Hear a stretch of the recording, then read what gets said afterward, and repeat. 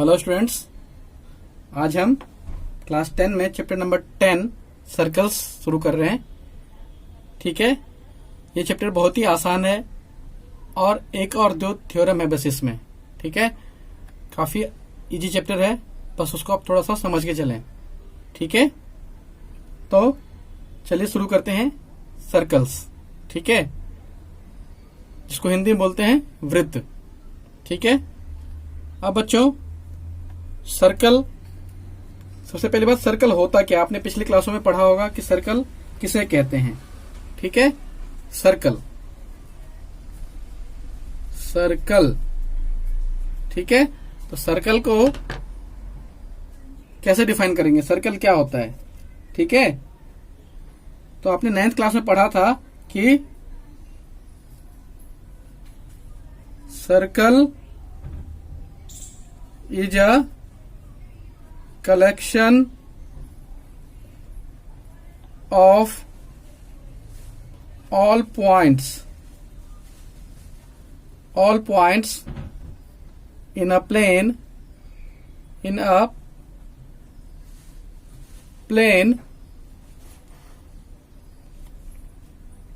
which are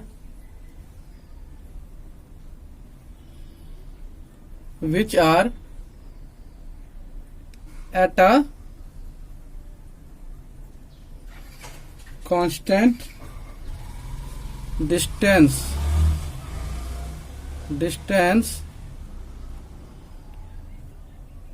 from a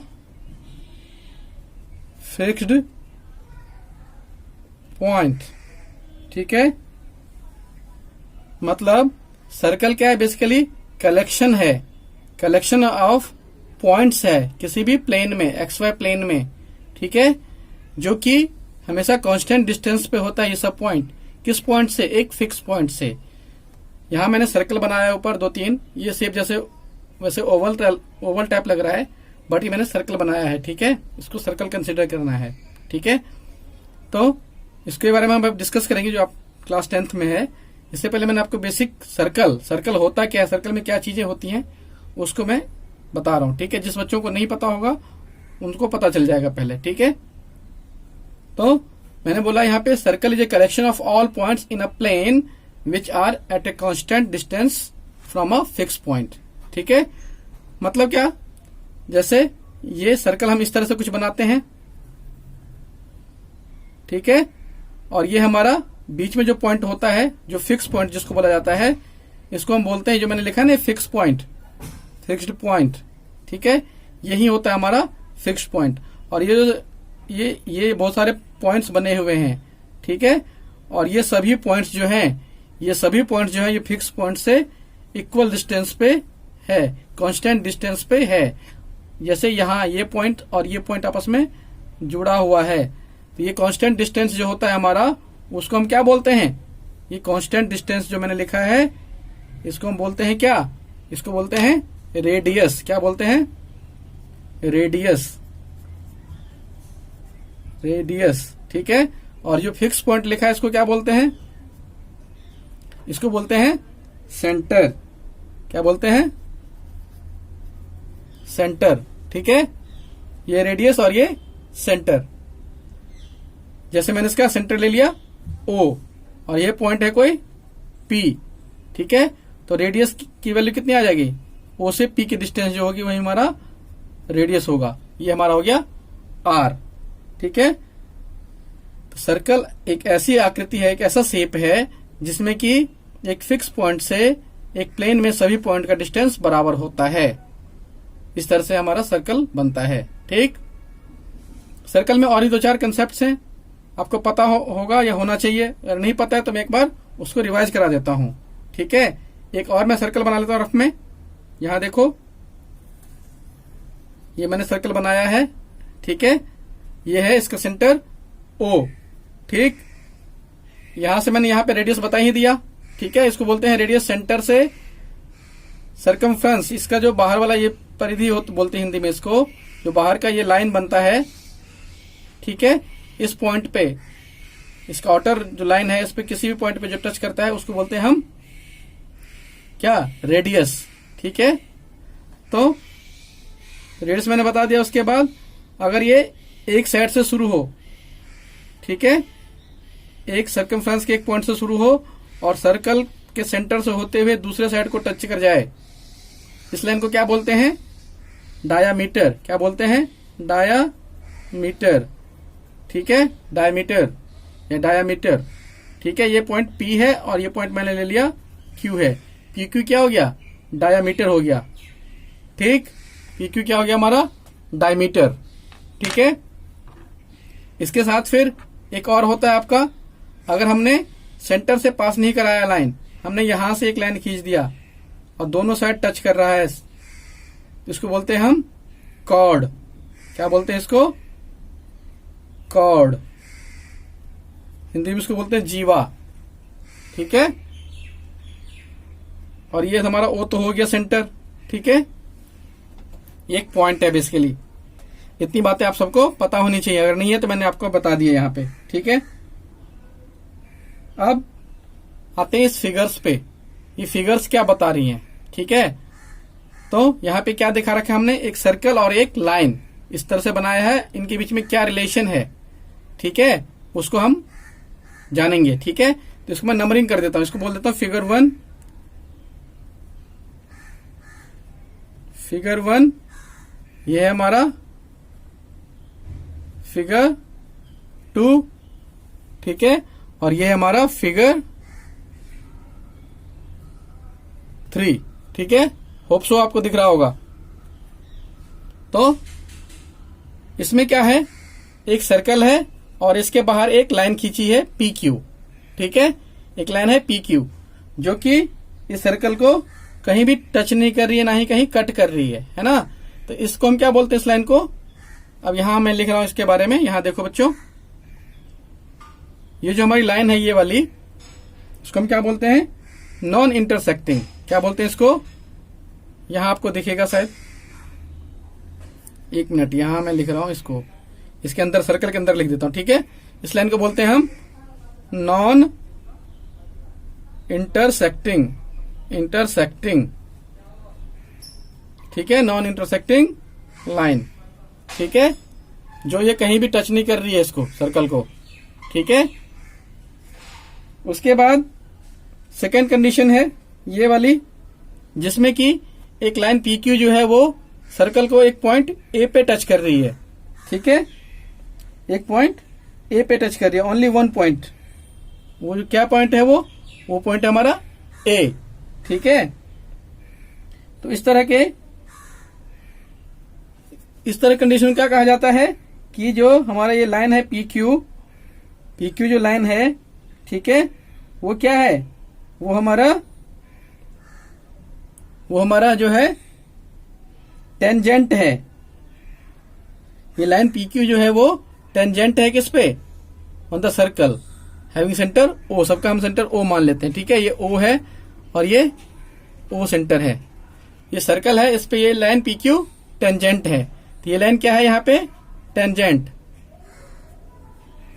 tangent. ठीक है, तो टेंजेंट किसे बोलेंगे? एक ऐसी लाइन किसी सर्कल के ऊपर जो सर्कल को only and only one point पे टच करे।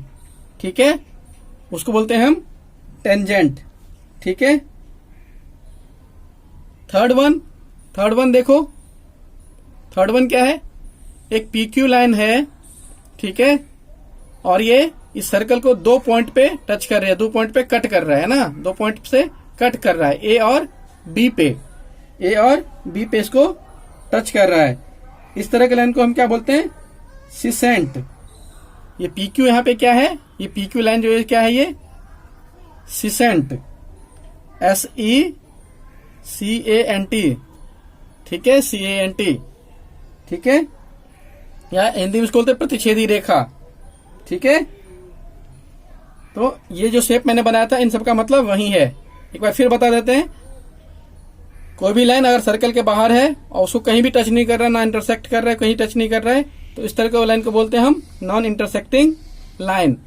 फिर दूसरे कंडीशन जिसमें कि वो लाइन किसी एक पॉइंट पे टच कर रहा है, ठीक है, उसको बोलते हैं हम टेंजेंट। वो लाइन जो है PQ उसको बोलते हैं टेंजेंट लाइन, टेंजेंट बोलते हैं। और थर्ड जो दो पॉइंट पे टच कर रहा है, ए और बी पे टच कर रहा है और कट कर रहा है, बेसिकली सर्कल को 2 पॉइंट पे कट करके पास कर रहा है, इसको बोलते हैं सीसेंट।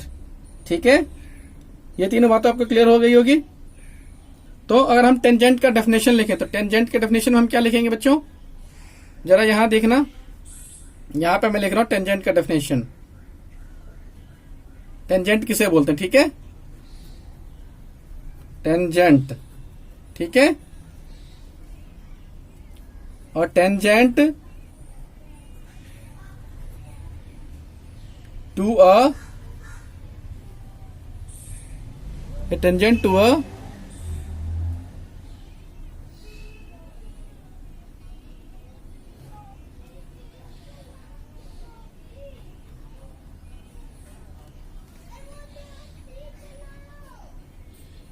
circle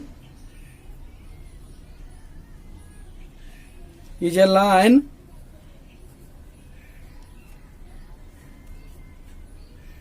that intersect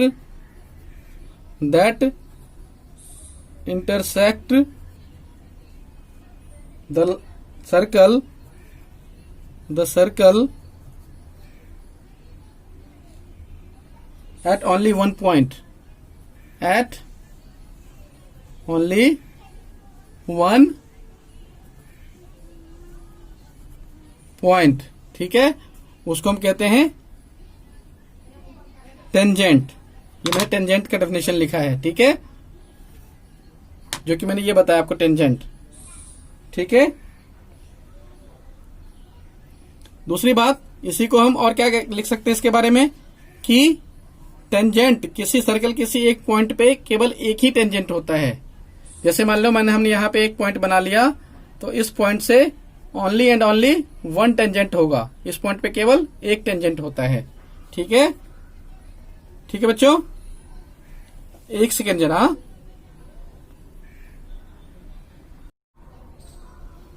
एक पॉइंट मैं जो भी बता रहा था आपको क्या है कि देयर इज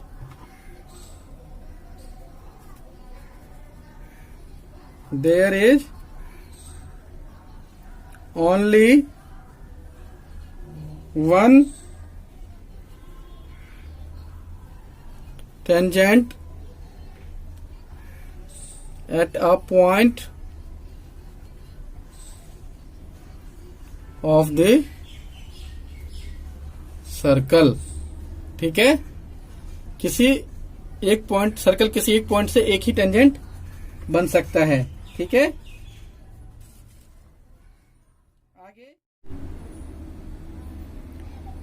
आगे देखो बच्चों कि टेंजेंट जो होता है हमारा वो एक स्पेशल केस है ऑफ सीसेंट का। मतलब क्या, द टेंजेंट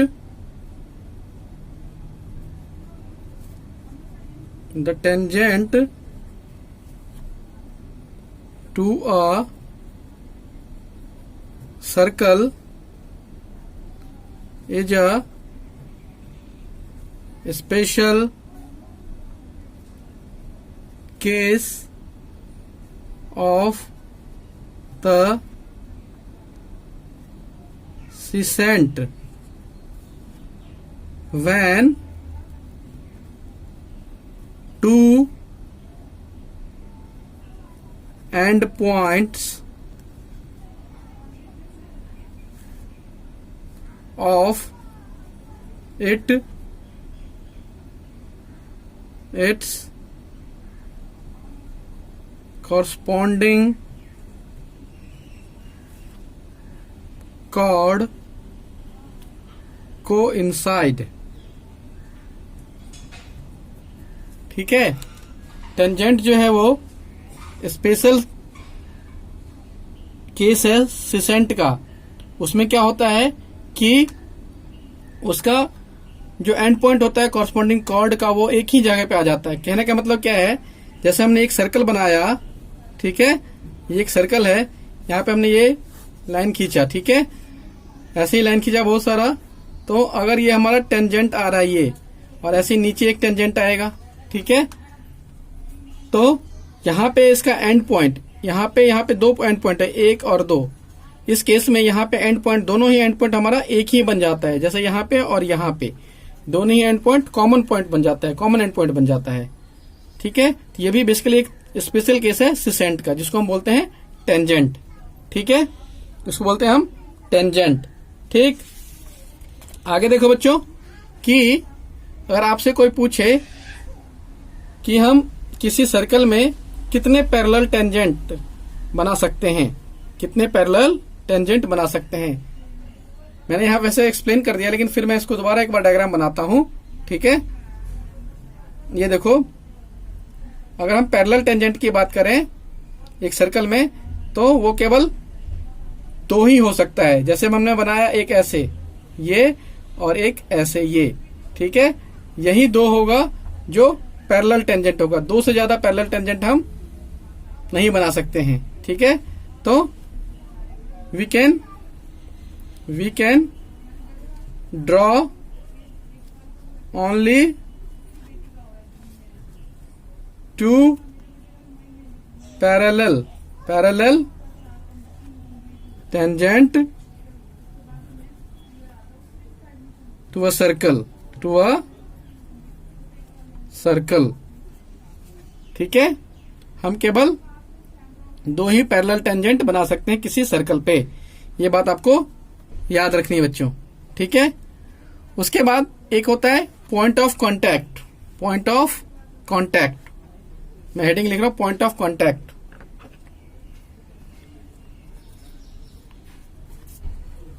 ये देखो, point of contact. Point of contact क्या होता है कि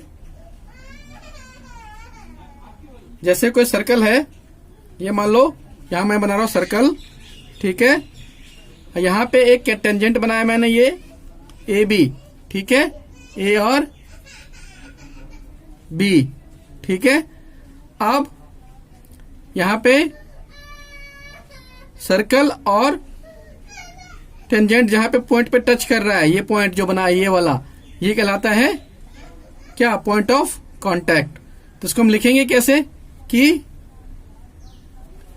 यहां देखो, the common point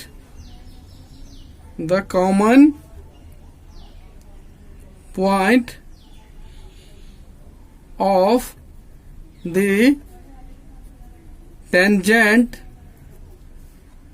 tangent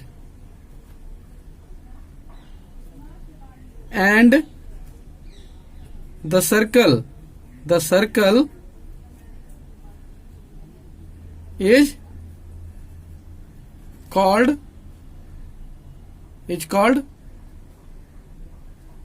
the point of contact।